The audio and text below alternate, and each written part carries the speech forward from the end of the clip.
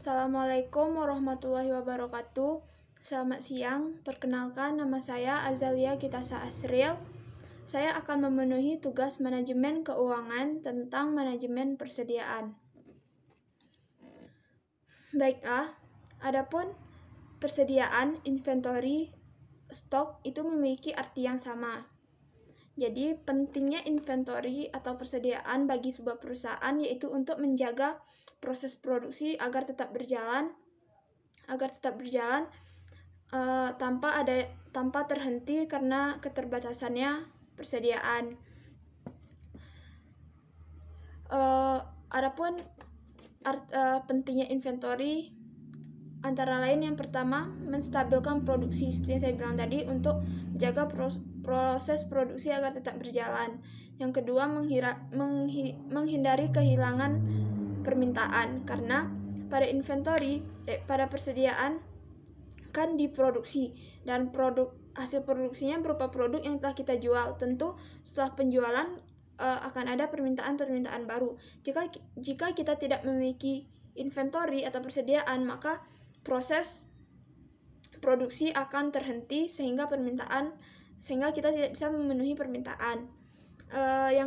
Yang ketiga yaitu mengantisipasi perubahan pasar. Dengan adanya persediaan, kita bisa melihat perubahan pasar sehingga kita tidak perlu kehilangan atau tidak perlu mengalami kerugian produk jika terjadi perubahan pasar seperti misalnya pada pandemi saat ini. Dari inventory terdapat 3 jenis atau 3 bentuk inventory. Yang pertama, the raw materials atau bahan baku yang belum diolah atau masih berupa bahan mentah. Yang kedua, work in progress atau bahan baku dalam proses manufaktur atau proses merubah bentuk. Yang ketiga, finished goods atau barang yang telah jadi dan ready for sale. Baiklah, saya akan memberikan sebuah contoh tentang perusahaan manufaktur yang mengolah kayu menjadi kursi. Jadi kayu itu merupakan input pada perusahaan ini dan merupakan bahan baku atau bahan mentahnya. Dan kayu tersebut akan mengalami proses manufaktur atau merubah bentuk yang akan dirubah menjadi kursi. Dan kursi ini merupakan output dari perusahaan ini dan siap untuk dijual, dan hasil dari perusahaan manufaktur ini ialah sebuah kursi. Dalam inventory atau dalam menyediakan inventory tentu akan ada pengawasannya agar tidak terjadi hal-hal yang tidak diinginkan, seperti yang pertama memastikan kecukupan suplai produk agar proses produksi tetap berjalan. Yang kedua yaitu efisiensi dalam pembelian, dalam konsumsi persediaan. Dan yang ketiga yaitu penambahan tepat waktu pada persediaan. Contohnya jika persediaan di gudang masih ada, namun tetap membeli persediaan, tetap melakukan penambahan persediaan sehingga tidak ada tempat untuk menyimpan persediaan yang baru, atau kemungkinan lainnya yaitu persediaan kosong. Bisa jadi keterlambatan dalam memesan persediaan atau adanya masalah pada supplier. Jadi jika terjadi ini merupakan hal penting juga jika kita menyediakan inventory atau persediaan. Jika supplier kita bermasalah, seenggaknya kita punya persediaan sendiri untuk melanjutkan proses produksi sehingga proses produksi tidak terhenti. Dalam pengawasan ini hal penting yang perlu diawasi yaitu persediaan apa yang dibelinya, berapa dia beli dan kapan dibelinya persediaan tersebut.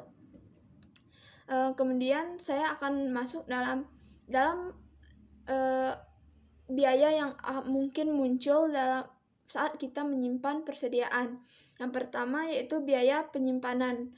Biaya penyimpanan seperti sewa gudang, penjaga gudang, utilities pada gudang seperti listrik, air, dan lain sebagainya. Yang kedua yaitu biaya pengadaan, yaitu seperti biaya kita survei untuk melihat persediaan pada supplier, biaya transportasi, dan lain sebagainya. Dan yang ketiga yaitu biaya kekurangan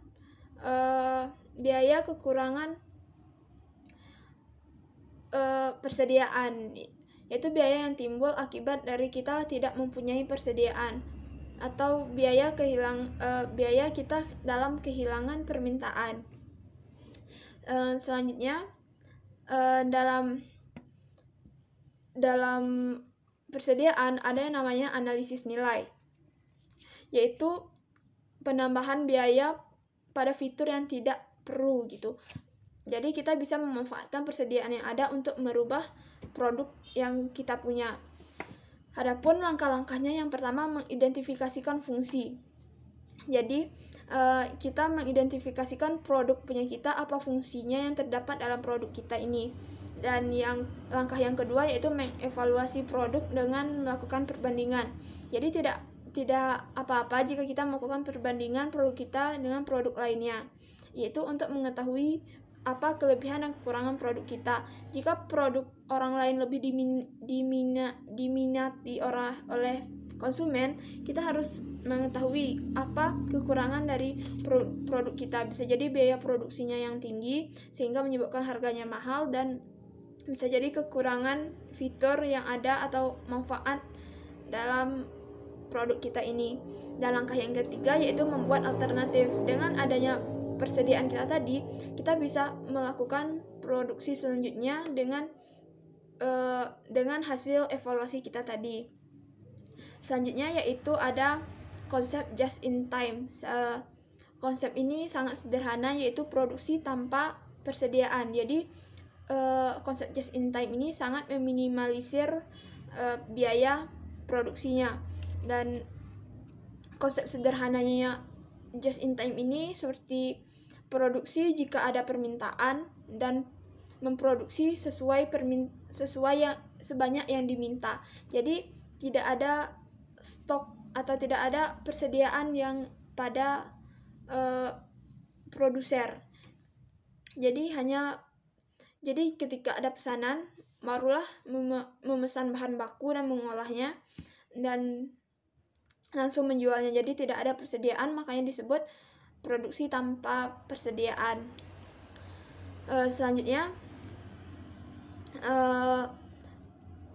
dalam persediaan kita tidak perlu menyimpan terlalu banyak atau terlalu sedikit. Terlalu banyak tadi sudah saya sebutkan bisa terjadi tidak adanya tempat dan yang lainnya. Dan yang pentingnya di sini, jika kita menyimpan inventory terlalu banyak, akan membuat modal mendap atau stagnan, sehingga modal kita tuh jalan di tempat atau itu saja. Dan jika kita menyimpan inventory terlalu sedikit, maka kita akan kehilangan sales. Jadi untuk menyimpannya ada cara-cara untuk menghitungnya. Yang pertama ada economic order quantity, ada production atau product order quantity, dan yang ketiga ada quantity discount model.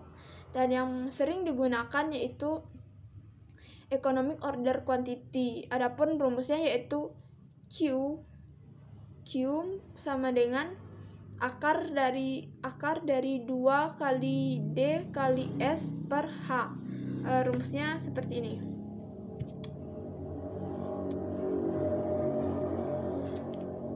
Itu rumus dari pendekatan perhitungan inventory, yaitu pada pendekatan economic order quantity. Baiklah, sepertinya hanya sampai di sini pembahasan tentang manajemen persediaan dari saya. Terima kasih. Assalamualaikum warahmatullahi wabarakatuh.